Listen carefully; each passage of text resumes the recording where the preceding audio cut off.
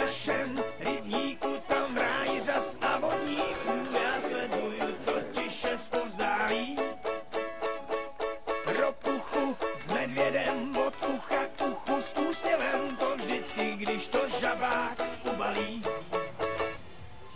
Už jsou zas zámoří, sakra slizký úhoři, ostatním se to zjevně nelíbí.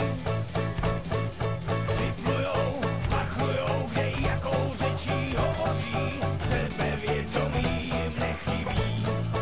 Jo, většina těch malých ryb čeká, až bude líp.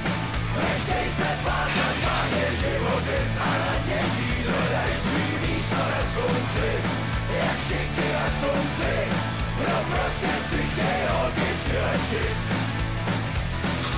Radci v práci rokujou, na hřbetech potic vyplujou, brejou plíčit a dobít rakovník. Štemble se šklebí na žáby, žáby si hrajou na dámy, hned kolem nekrav starý milovník. Jo, většina těch malých ryb čeká, až bude líp.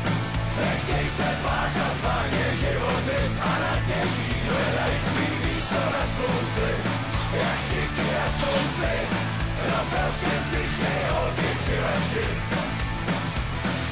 Červ se chroutí na háku, ty chytrý to mají na háku, jen jedna malá ze dna vyskočí. Cítí se střem hlav nahoru, koukněte na tu potvoru, mám dojem, že to dobře neskončí.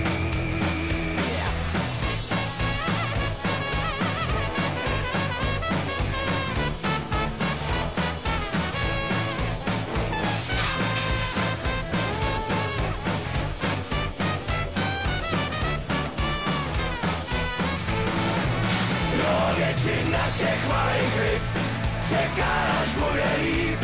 Nechtěj se plácat, báně živořit a na dně žít, hledaj svý místo na slunci, jak štiky na slunci, no prostě si chtěj holky přilepšit.